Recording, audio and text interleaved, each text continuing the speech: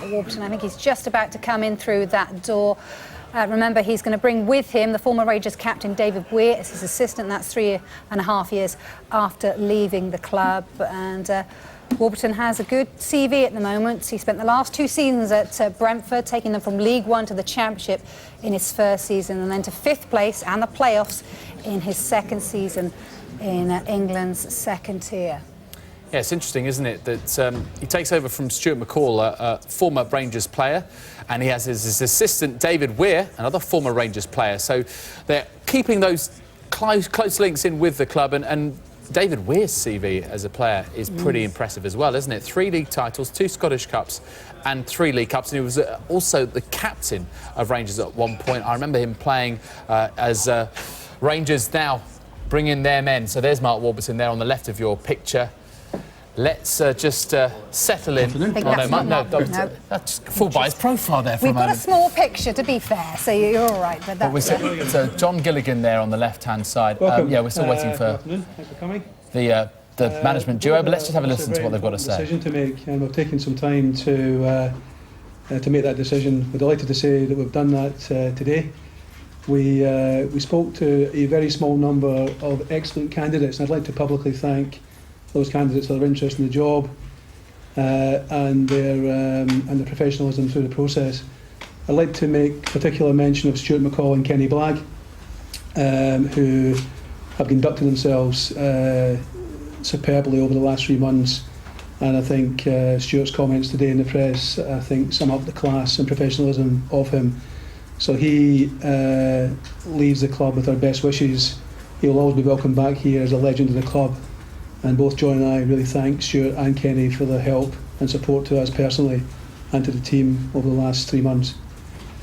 Having said that, we're delighted to appoint a new manager, and we'd like to ask you to welcome the 15th manager of Rangers, Mark Warburton.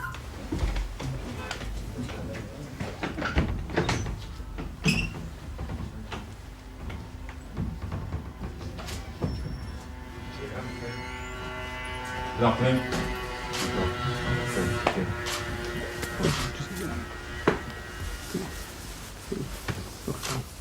Got to be a round of applause, mate, or what? Serious faces. So, over to you. Mark, many congratulations. I'm sure be very excited at the prospect, but how big a challenge do you feel you face here? It's look at the size of the club, the history and tradition of the club. We're very aware of that. So it's a challenge for us. It's one we're going to look forward to and relish and hopefully embrace and look to take the club forward. How easy was it for you to feel that this was the right job for you? I think it's important that everyone asks the right questions, both sides. Always it's important it works for both parties. So very quickly you realise the scale of the club and what it can achieve and where you hope to take it. So very quickly you realise it's a fantastic opportunity. How prepared do you feel you are for the scrutiny that you're going to be under here? Everyone tells me this. I don't think you could, I'd be lying if I said you're prepared for this. You can't. You have to learn from it and hopefully learn from your mistakes. I'm sure there'll be some mistakes, but it's important to try and get it right as quickly as possible and, as I say, take the club forward. What do you feel is your first priority here?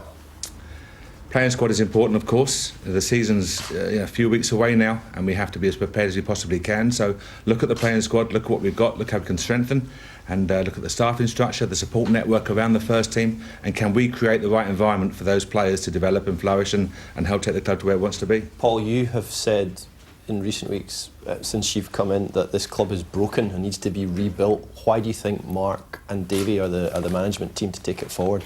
Well, I've said before also that what I think the vision of the new board is to build a modern football club, but actually build it on Rangers traditions and values. And I think what you have today is a combination of both of those things. Mark, who's shown himself to be a very progressive manager with lots of fresh ideas from his experience at Brentford. Davey, who obviously is a legend of the club, knows the club inside out. So I think the two of them together as a combination, as a team, we believe are the right team to take Rangers forward.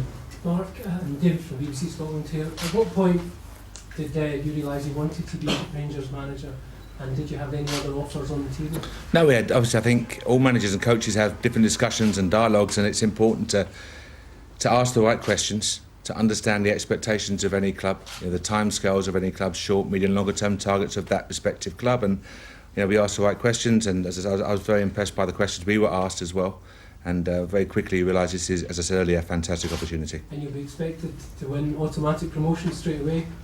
Yes. Our job is to take the club forward as quickly as possible in the right direction. And as I say, it's not rushing into things, it's doing the right thing, firm foundations for the club to allow that prosperity hopefully to continue. And you and Davey have been characterised as good cop, good cop. And from people who speaking to the how does the dynamic of your relationship work, and how can that take Rangers forward? I prefer tall cop, short cop, possibly. It's great for me, being what David always speak. I think David's playing career speaks for itself. The knowledge, experience internationally, and the clubs he's played for, and the name he's built for himself is fantastic. That's a great asset for us as a pair going into any relationship in a dressing room. I have a different type of background, played only briefly much younger, but more of a business background, working with people. Man management now is an important and massive aspect of this role. And you have to learn to deal with different characters on and off the pitch. So I think together we've worked very well. I certainly enjoy working with David, and hopefully we can continue to learn and progress. Yeah, your background is very different from most football managers. Yes. Possibly more akin to somebody that you're on the board, not only with your financial background, but are there any parallels in how you go about your business as a manager compared to your days as a high-flying absolutely city slicker? Yeah, absolutely. There's no high-flying city slicker, by the way. It was more a case of you work in dealing rooms in tight competitive teams, traders 19 to 35 years of age, hugely competitive, testosterone filled, looking to earn money and to be very competitive in what they do. And that's the same as a football dressing room, wherever you go to work. So there's many skills you can hopefully transfer from that environment into the football environment, and that proved to be the case at the old club, and hopefully be the same here. Mark, you said the first priority is to strengthen the squad. All the players have left the club after the contracts up. How far down the road are you, if at all, are you to identifying new players to come in? So that's obviously our first day today, and that's obviously an immediate priority for us. But every coach, every manager has contacts in the game and ideas of what he wants to do and what type of players he wants to attract. So we have our ideas, and our job now to sit down with Paul, of course, and John on the board, etc., and discuss those and see if they add value to the playing squad here. How confident are you able to get this club promoted to the first attempt? Any competition that David and I enter, I'm sure any manager will say the same, is to go as far as we possibly can. Our aim is to win the division, of course. Every manager and any team will say that. Our job is to come in here, work with the squad, gel quickly, and be very aggressive in what we do in terms of how we want to play the game, and hopefully achieve our targets of promotion. You signed a 3-year contract. How quickly do you think you'll be able to get this club back competing at the top of Scottish football? So our aim is, we're playing in the Championship, our aim is to win the division. That's what we have to, that's the right answer for any manager to say. So our aim is to get the squad together, gel quickly, and think, as you say, it won't happen overnight. There's no point of sitting here lying to you and saying it's going to happen in a week's time. That's not the case. We're going to put as much work as possible into a playing squad, make the right additions that add value on and off the pitch to Rangers Football Club, and hopefully achieve that first aim. Mark, what assurances have any of you been given about your size of budget and what you can spend? Because clearly not just a number of players you need to get in high quality players as well. Now, the ambition of the club is very clear, and one of the questions David and I, our job is to bring suggestions to the table, players that add value to the football club.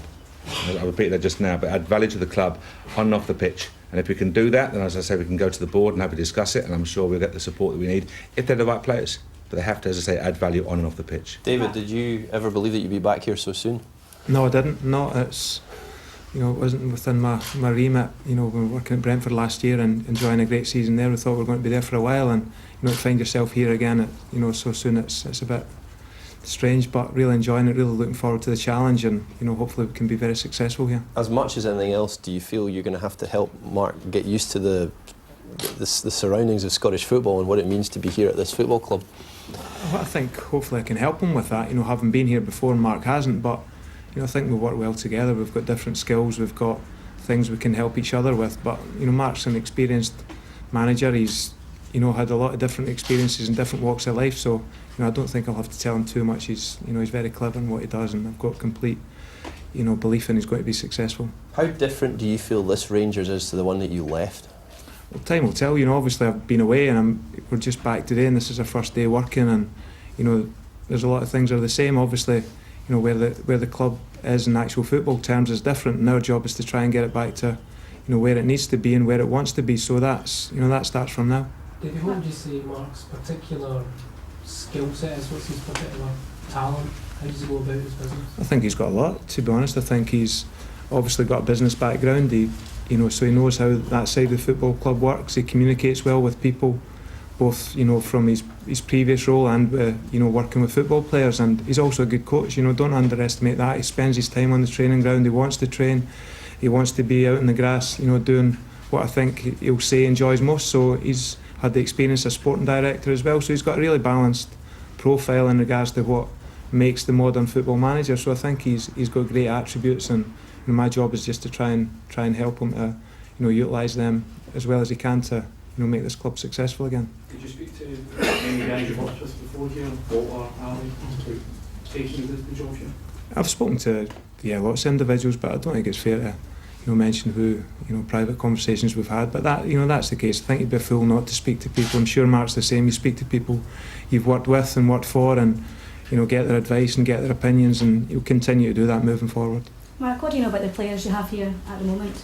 Looked at the squad over the last few weeks, and as I say, you can look at the various platforms and scouting platforms, but it's important to go into more detail. But I've got an idea of the playing squad right now, and I realise it's quite lean. But to David and I now, the work starts today to push forward and learn as much about the squad as quickly as possible and make decisions. The average age of the players in the team last year was 28. Is that something you're looking to bring down? I love the young players. I like working with younger players, but again, they've got to deal with the experience of playing out front there, 45,000 people. So as players, again, going back to that value on and off the pitch, that's a big ask for a young player. So the balance is key. You want your 2 or 3 older players to offer that mentoring role and help the young players come through. But our job is to create the environment for development, whether they're young players or older players. So the youth system here is something you're targeting as well? I think we have to work with the youth system. There's nothing like, I think any club will tell you, the academy should be the heartbeat of the club, producing players who are passionate to play for that respective club. So that will be our aim, to make sure we work closely, give the boys the opportunity to progress, give them a pathway, and hopefully go from there. There's also no scouting system here. Is that something you're looking to sort out soon? Absolutely, we have to look at all of it. We have to provide the support network to help the club go forward. The support network supports the first team. That's our first obvious aim. But then it filters down through the academy and the various age groups. So of course we would have to take our time and do it right. It's about firm foundations, not short-term fixes. We have to prepare for the longer term here. Rangers have been criticised in the past for perhaps overpaying players, certainly over the past few years. Is that culture now changed, do you think, here? I'm sure, again, that word value is really important to us. I think you have to get value for every pound that you spend. Doesn't matter where you work, biggest or smallest, you have to get value for every pound spent, and that's David and I saying, to make sure we come to the board with players who we think represent good value. So you reckon you'll be going probably for players that are out of contract or loan deals rather than players No, out of contract? it's looking around, it's looking at what's available. We have to take the club as far as we can possibly take it, and our aims are very high. And it's us looking around at the market, the various markets, for players again who we think offer that value to Rangers Football Club. Mark, you say there's no quick fix and it won't happen overnight. How difficult is that balance going to be then, given there is such pressure to get promoted this season? That's our job. That's our job right now. We have some good players at the football club. Can we make quality additions to that squad and move it forward? And to sit here and say in 2 weeks' time we'll be doing this would be totally inappropriate. As I say, our job is to commit totally and move the club forward as quickly as possible. How many players do you think you need here? We had last year, a stat came out, Brentford used the smallest number of players throughout the whole season. I think we used 24 in total. So we prefer tight, lean squads, because players have to have a pathway. They have to see the first team. There's nothing worse than players training hard every day and not having any sniff of the first team. So our job is to get that number right, get the balance right, introduce young players when it's appropriate. They have to be good enough. If we can promote young academy players, fantastic, but they have to be good enough to add value out there. Will you be bringing Lewis McLeod back, or looking to do that? We'll look at various players and see what we can do. What type of footballing philosophy will you adopt at Rangers? We like players who dominate a football. We like players who enjoy possession. It's not the right way, it's our way. If you're a long ball and then you win trophies, and good luck to you. But we prefer to have players who are comfortable in possession, enjoy the football, play through the thirds and look to create chance to be positive, not force the ball, not to give it away cheaply. That's our style of play. And hopefully it's good quality, fast pace and productive. There's obviously been a thing about trying to get season tickets, fans to get back and buy season tickets. What would your message be to those fans? I think we're going to look to play the game how we want to play it. We think our job is to fill that stadium. Really simple.